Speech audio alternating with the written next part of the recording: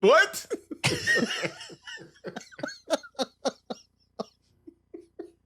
Oh, God damn it. Oh.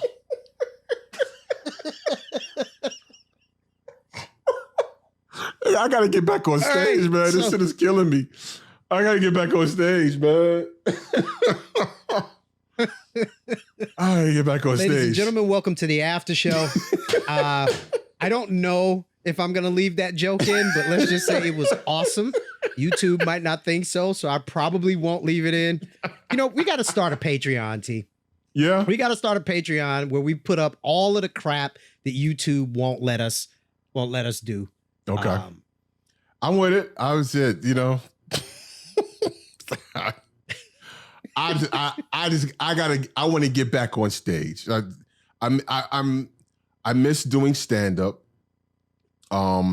It is a feeling like no other, because moments before getting on stage, I'm always horrified. It's because it's a whole, because you work on a routine, you work on it, and you finally get it to where, okay, I got something here, this is gonna work. But then, even then, is this gonna work? Because it's a whole different audience. I promise you. Oh God, I hope this works. I've done shows where I was opening up for somebody, right? And we'll have several different shows on the weekend. So 2 shows a night, right? And the first show will go great. And the second show, same jokes, different audience, doesn't go as good. But like, what was different? The audience. Sometimes it happened in reverse. First show, second show, same jokes, and you get a bigger response to the same exact jokes. Sometimes you adjust how you say it, But if it's a routine that you've already, you just never know. The audience there's night and day sometimes in a night, and I miss that. It's horrifying and gratifying all at the same time. That's my version of skydiving. Listen, I know I'm not built for it. I'll tell these jokes on this show, but on stage, I'm not built for it. Yeah. I think one of the most fun, I think I've talked about it on here. It was, again, horrifying and not pleasant to go through, but looking back at it, it's fucking hilarious. Where I did a show in New York. This was like super, super early on. Like I was still brand new to it, right? And I went up and was doing well until I got to the last joke, and I didn't recover well at all. I hit that. I'm getting laughs all the way up through. I'm like, okay, my time is coming up. I see the red light behind telling me it's time to come off, and so I set up and execute my last joke, and crickets. All right, that's my time, y'all. Good night. I got the hell up on stage, and people were just sitting like, what the hell just happened? Like, what the hell just happened? You got to know when to leave the stage. I know when to go. But it was, there's a way to recover even from that. You know what I mean? But like I said, it was super early on, so I got scared, got the hell on. If I had simply said something like, okay, I can't do that no more, I would have got a nervous laughter behind it and closed out and walked off. But I didn't think about that at all. It was like, okay. He was like, let me get the hell up out of here. Yeah, before they start throwing shit. All right, peace. got the hell up out of there. Anyway. So I wanted to talk about your man, Steve Harvey. Yeah. Okay. He's been in the news last week for some shit he said a long ass time ago, which amazes me. Is that what it is? I thought it was a recent statement. You thought it was what? I thought it was a recent statement. I thought it was something he said. Nah, I think I think he said it some time ago. Okay. Yeah, it was an interview he did a while ago. So I'm amazed at how people scour the net looking for shit. Just looking for shit to roast people on. Yeah. Like, y'all motherfuckers need a hobby. That is their hobby. No. That's the hobby. Y'all need to drop some dick off. Or get some dick dropped off. Whatever your preference. I'm not whatever judging. you're into. Right. Yeah. So who was the interview with? This was I don't know who it was with. It was a female interviewer. Mm-hmm. And this was his statement. All of my friends are men. I don't have female friends. I don't. I'm incapable of that. I don't really have female friends. Let's get rid of this myth right here. He continues. You're an attractive woman. There are some guys somewhere saying we're friends. No, that's not true. He's your friend only because you have made it absolutely clear that nothing else is happening except this friendship we have. He went on. We remain your friends in hopes that one day there'll be a crack in the door. He said a cheek in your armor, and it's actually a kink in the armor, but a cheek in the armor, and trust and believe that that guy you think that's just your buddy, he will slide in that crack the moment he gets the opportunity because we're guys. Mm-hmm. Okay. The interviewer asked if that was true of all men. He said 99.9% of us think that way. And the interwebs were just inflamed over that.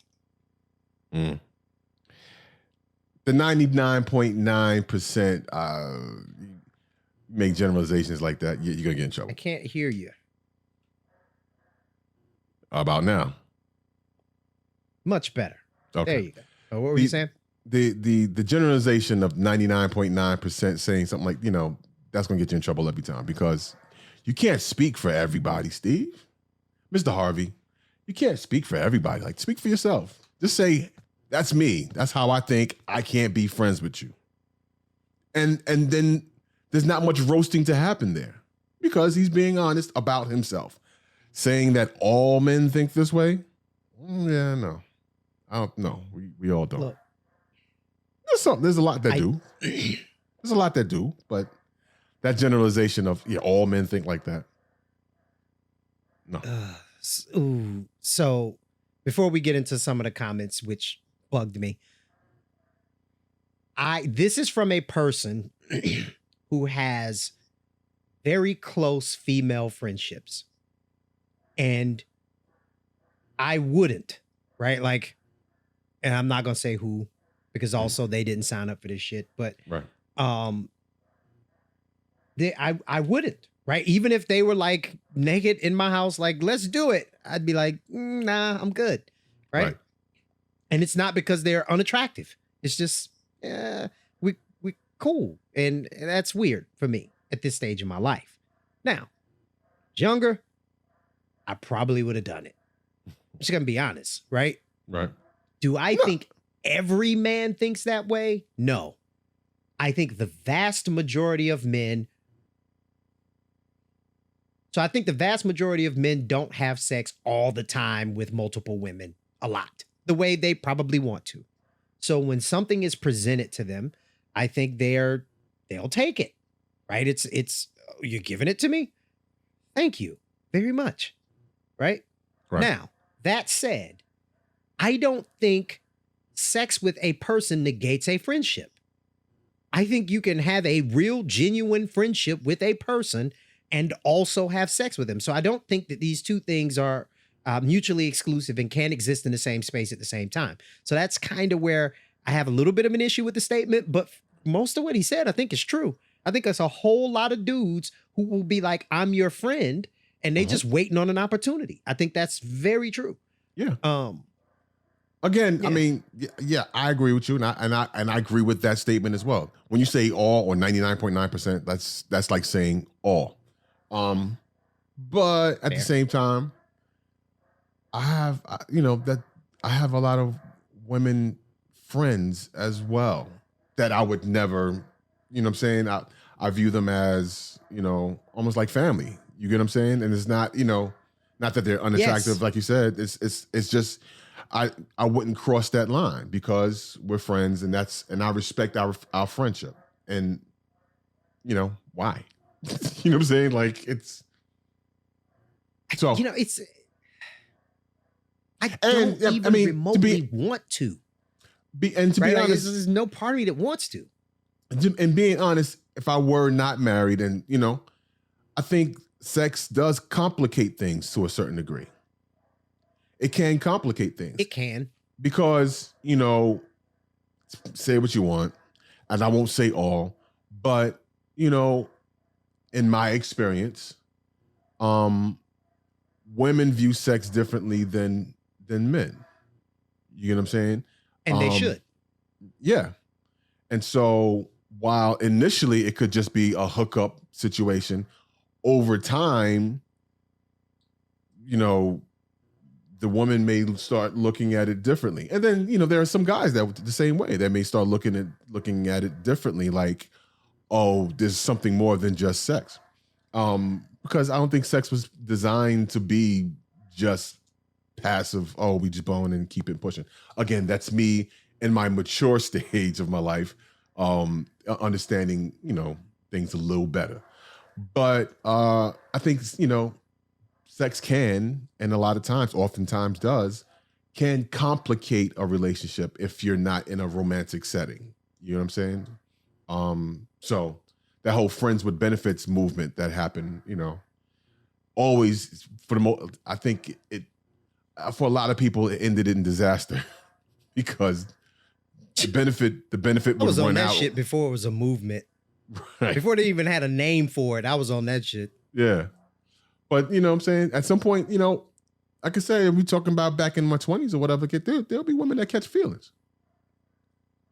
And you have to remind them, I met a lot of women who doing. would say that they won't or they wouldn't, but I'm not gonna lie, every single time they did. Yeah. Every single time, without fail. Yeah. So to Mr. Harvey's point, and I understand where he's coming from. And if you know yourself, if you can't disconnect, you know what I'm saying? Like, I understand he knows what works for him. And I think he said that he knows himself and I can't be friends with women. That's from Steve Harvey's point of view. And if you know yourself, and that doesn't work for you, then obviously, yeah, you do what's best for you. And no, I'm not trying to mess up this fourth marriage. I'm not going to have, women as friends, co-workers, business associates, all that, but we ain't friends, and there's no reason for me to be hanging out with you for no reason if I ain't got no business with you. This is basically what he said. People roasted him. And he's old school, so. Yeah. People was roasting him like, he just looks at women like sex objects. I think I saw one of the memes. Oh, his comments, one of the comments, or a couple of the comments. Mm-hmm. If men can't be civilized, hold themselves accountable, or behave respectively or respectfully, then they need to get out of the way and let women lead. Apparently, women deserve to be in charge because men like Steve Harvey are toddlers with little self-control. Again, like I said, I think that was I understand how people. leap. Yeah. I can understand how people can be disappointed in what he said, but again, he's speaking from his perspective, his own perspective, and what works for him. You know what I mean? And in his experience, I guess the dudes that he knows, especially the dudes that he know, how they get down, there ain't no women friends in his circle, apparently. Which, look, kudos to him for understanding his himself. Yeah. And he has his opinion about men. You can, generally speaking, people see the world through their own lens, right? So he's looking at men through the lens of him, right? So I get it. But to say, like, her comment was ridiculous. Right? Do I need to really just kind of get into breaking it down line by line on how it's ridiculous? It's just ridiculous. Let's just leave it at that. Yeah. The other comment, imagine protecting your own issue or projecting, excuse me. Imagine projecting your own issues onto your entire demographic. First, it sounds like his wife ain't down. And second, many people, single and married, have opposite sex friends. Not all of us want just anyone, and mature people see benefits from other people beyond sex. This guy. Again. Now, she does make a point, and I'm assuming that's a woman. She does make a point. It is, you know, kind of awful to say, given that his target demographic is women. So Right. It's not a good business decision, but you know, he's being honest. Yeah. I don't know. I again, that's not my point of view. I can respect, you know, that's how he, you know, and that's how he moves. You know what I'm saying? And then, you know, again, this is a brother that's been, what was it, 4? He's been married 4 times. Not that that means anything, but maybe that's, you know, what the conclusion, you know, he's come to. And maybe it has something to do with his wife going, nah, we're not doing that no more. You know what I'm saying? Like, who knows? You know, whatever it is, this is what works for him. Hey. I sometimes think the internet's ridiculous and people just overreact. And, you know, was it the best thing in the world to say? No. But it was, how are they fond of saying it was his truth? He shouldn't be shamed for speaking his truth. Right. I didn't get a chance to watch the entire Verzuz yet. I have to find it and watch it back. But the Redman, Methodman Verzuz, I've seen clips that was just amazing. I'm mad at myself that I didn't get a chance to watch the whole thing because I really would have sat through and watched that whole thing.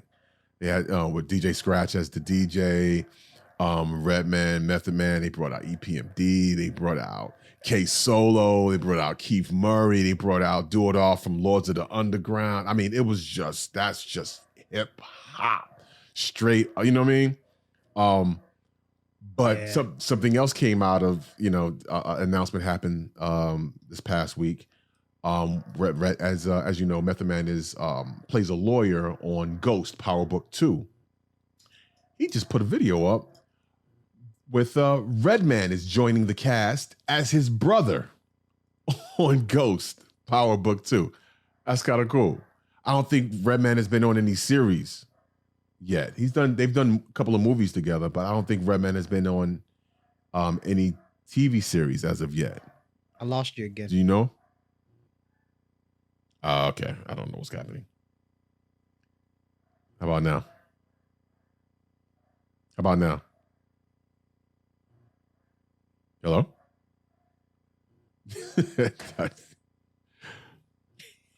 Yo, can you hear me? God damn it. Folks, you may see this or you may not, but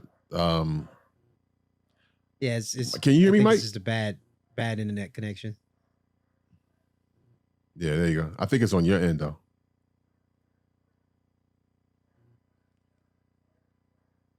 I think it's on your end. All right, we're back. Yeah, I think the connection is on your end, fading in and out. It is highly likely. Also, what's happening here in my house in the background? My dog is barking his damn head off uncontrollably downstairs, and my instinct is to yell at him to tell him to shut the hell up, but I can't because he won't right now, not until he sees me. So, if you can hear that, I don't know if you can hear that or not. How sensitive these microphones are. Oh, okay, then it don't matter. It's just bugging the hell out of me because I hear him barking like somebody must be at the door. Anyway, I was saying I don't think Redman has been on any TV series before. That is not true. Okay. Back in 2004, I think it was.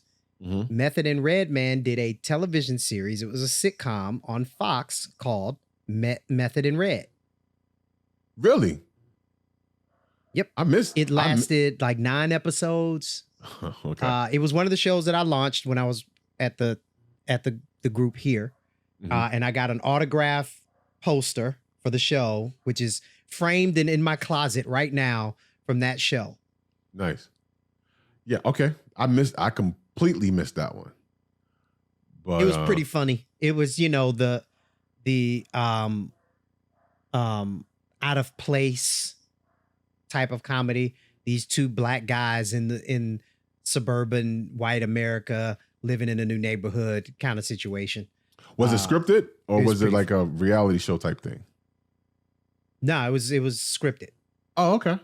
Yeah, I completely missed that one. Pretty funny. Yeah. Okay. Well, this would be cool to see them too. I hope there's some jokes between them two on the. You know what I'm saying? Meth is pretty good as a he's pretty good on the show as the shady attorney. You know what I mean? So it'll be interesting to see what kind of character they have Redman play on the show. So looking forward. I think Method Man turned out to be a really good actor. Yeah. I think he took it seriously.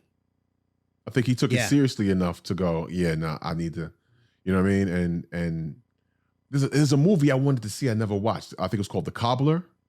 I think it was with him and Adam Sandler, I think it was. And you put the cobbler was just, it's like a shoe repairman or whatever that would put on other people's shoes and live their life. Like he would look like them or whatever the case. And one of the people was Redman, was the character that not Redman, was Method Man. Adam Sandler put the shoes on and he turned into a black man. And I gotta go back and I never watched it. I gotta go back and see it. But yeah, there's some pretty cool movies. Anything else? No, that's pretty much that's pretty much it. Not a whole lot, man. I don't even want to talk about it. The Michael Jackson estate wins. That Wade Robinson's law. They threw out his lawsuit again. Yeah. Whatever. I didn't watch that. What was it? Leaving Neverland. I didn't watch it. Yeah, no. And I just was like, you know what? I'm not even going with these stories. Let the man be dead. I agree. All right. Well, hey folks, again, thanks for watching. If you haven't already, make sure you subscribe, hit this the like, and hit the subscription bell. What's the notification bell? There we go. The notification button. Notification bell. Yeah, and follow us on all socials at Unpopin Show, Instagram, Twitter, Facebook, or just go straight to our website, unpopinshow.com, and you can get all of that. We appreciate you watching. We appreciate you spending time with us and listening to us talk some shit. And whatever you're doing this weekend, enjoy yourself, or not weekend, this week, whenever you listen to us. How about that? Let us know when you heard us. Drop a comment. Let us know when you listened or watched, and we'll respond back. That was a comment after you dropped some dick off. Drop some dick off. I was trying to get to the drop some dick off joke. You beat me to it. God damn it.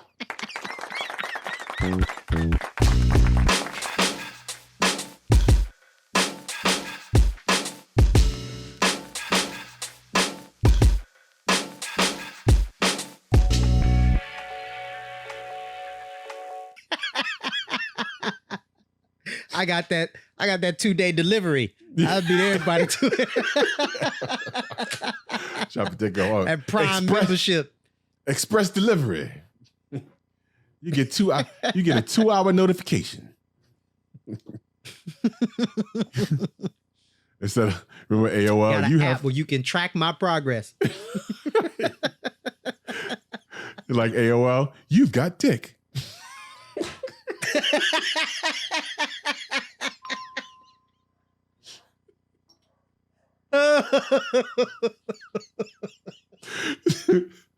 Okay, I can imagine the chick on the phone talking with her girlfriend. Yeah, girl, and so I told Rayvon, like, I ain't want. You've got dick, girl. I gotta go.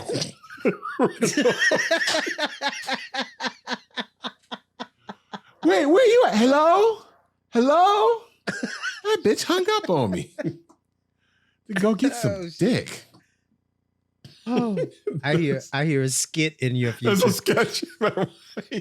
Dropping dick off. Like, you've got dick. Oh, wasn't expecting that.